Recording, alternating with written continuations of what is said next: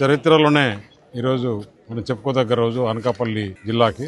ఎందుకంటే మామూలుగా మనం ఈ రూట్లో ట్రైన్లన్నీ తిరుమల ఎక్స్ప్రెస్ అని, విశాఖ ఎక్స్ప్రెస్ అని, లేకపోతే ఇంకొక ఎక్స్ప్రెస్ అని రకరకాల ఎక్స్ప్రెస్లు ఉన్నాయి. ఇది అనకాపల్లి ఎక్స్ప్రెస్. ఈ రోజు Anakapalli to Charlapalli regular train ఇక్కడి నుంచి స్టార్ట్ కావడం, అలాగే రేపు 8వ తారీఖు మళ్ళీ అనకాపల్లి టు తిరుపతి, మళ్ళీ ఇంకొక డేట్లో ఈ వారంలోనే అనకాపల్లి టు సోలాపూర్. అంటే హైదరాబాద్ కానీ తిరుపతి వెంకటేశ్వర స్వామి దర్శనం చేసుకోవాలని కానీ అనకాపల్లి జిల్లా నుంచి ప్రతి ఒక్క కుటుంబంలో కూడా హైదరాబాద్లో ఒకరు ఉద్యోగ రీత్యానో, వ్యాపార రీత్యానో, లేకపోతే వేరే పనులపైన హైదరాబాద్లో ఉంటున్నారు. వారందరి సౌకర్యార్థం కోసం ఢిల్లీలో రైల్వే బోర్డుతో మాట్లాడి అందరితో మాట్లాడి మొట్టమొదటగా అనకాపల్లి నుంచి ఈ 3 ట్రైన్లు కూడా మనం పెట్టించడం జరిగింది.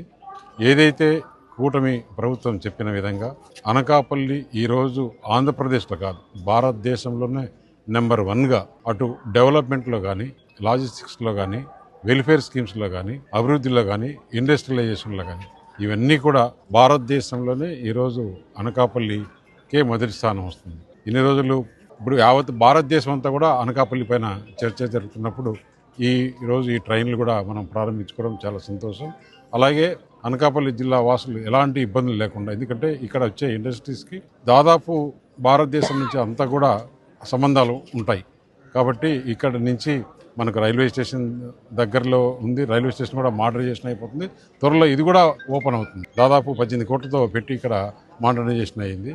ఇక్కడ ఇంకా రైల్వే సంబంధించి ఏదైతే ఆర్యూబీలు, ఆర్ఓబీలు ఇవన్నీ కూడా కలెక్టర్ గారు ల్యాండ్ అక్విజిషన్ స్పీడ్ చేశారు. అవన్నీ కూడా వర్కులు జరుగుతున్నాయి. ఇక్కడ ఈ విజయరాజపేట కూడా బ్రిడ్జి చాలా రోజుల నుంచి కూడా పెండింగ్ ఉంది అనకాపల్లి టౌన్ లో. అది కూడా త్వరలోనే పనులు పూర్తి చేసి ప్రారంభిస్తామని చెప్పేసి తెలియజేయడం జరిగింది.